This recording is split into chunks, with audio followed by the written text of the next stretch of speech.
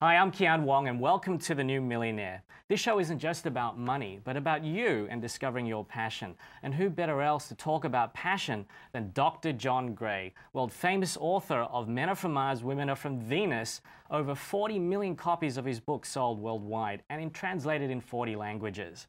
And in Chinese as well, so you can get lots of different interpretations of this book. So welcome to the show. A real pleasure, thank you. Yeah, from monk to millionaire, relationship guru. How did that happen?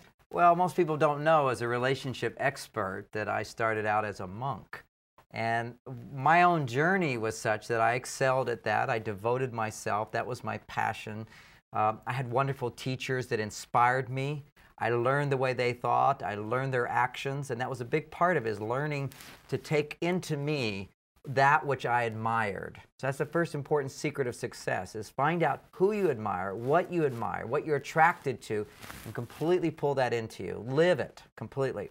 I did that for 9 years. And around that point, I was feeling very, very satisfied and happy in my life as a monk.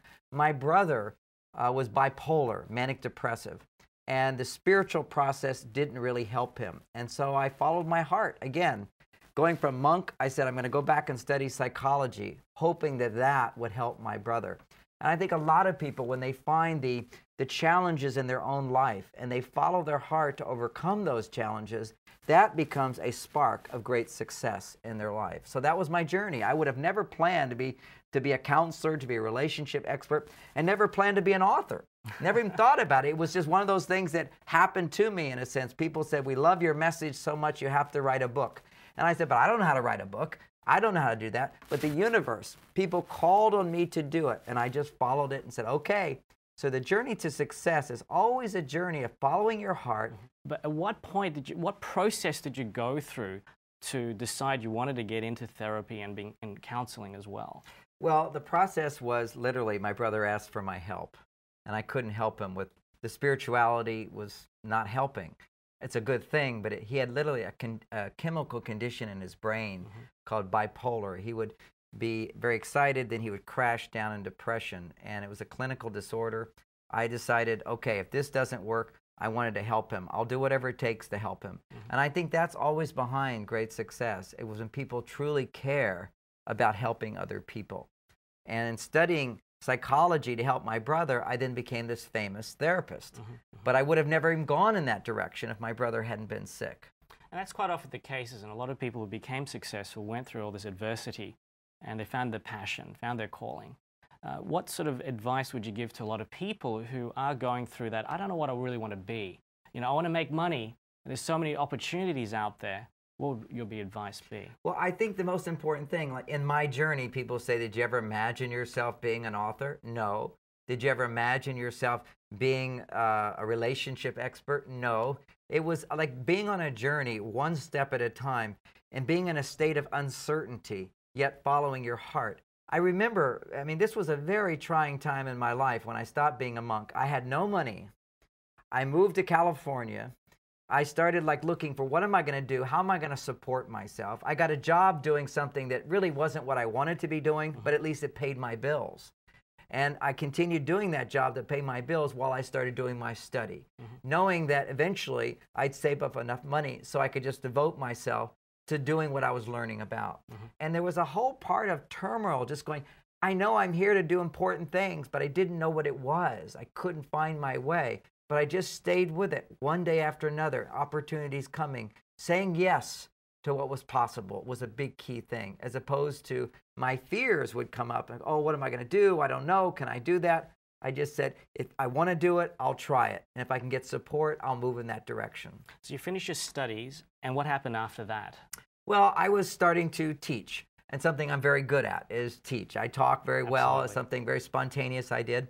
And again, that seminars were very little, but I just stayed at it. It was one step after another. Men Are From Mars became this massive, big, world best-selling book. And people think it was an overnight success. It was not an overnight success. It was 10 years, that journey, 9 years as a monk, then 10 more years, developing those ideas, teaching small seminars, advertising. Maybe 5 people would come, 10 people would come, occasionally 60 people would come. You go, yay, and then 3 people would come. I had to, and even have my book published. I was rejected again and again from one publisher to the next publisher, till finally I published it on my own. I gathered my finances together. I published it, printed it, did the whole thing myself, but I didn't even get a distributor. So I had to go around bringing it to the stores myself. It was so discouraging, but I had to believe in myself. And I believe, as everybody in this business of creating success and making your dreams come true will come back to the conclusion, you have to believe in yourself. And what strengthened my belief in myself is every time I followed what I thought was going to be true or what was true, in spite of the resistance, it's like lifting a heavy weight with lots of resistance. Those muscles got stronger. I had to first believe in my vision and what I could do before the world went into agreement.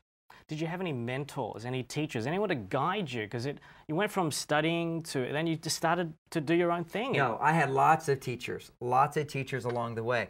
First of all, in my spiritual practice, I had wonderful teachers, and I was attracted to them, and meaning that I admired them. I wanted to be like them. And I did. I achieved enormous success in that spiritual world. I was a big teacher in the spiritual world, being a monk. But then I started all over, coming out into the world of making money. Who were my teachers there? I started taking seminars. I started taking classes. I started reading books from people who had achieved success. And I just saw, for me, I saw other people doing what I wanted to do. And that's, for me, in my journey, that's how my vision became more clear about what I wanted to do. Because I'd see other people doing things, and I'd say, that's what I want to do. That's what I want to do. But I have to find my own way of doing it.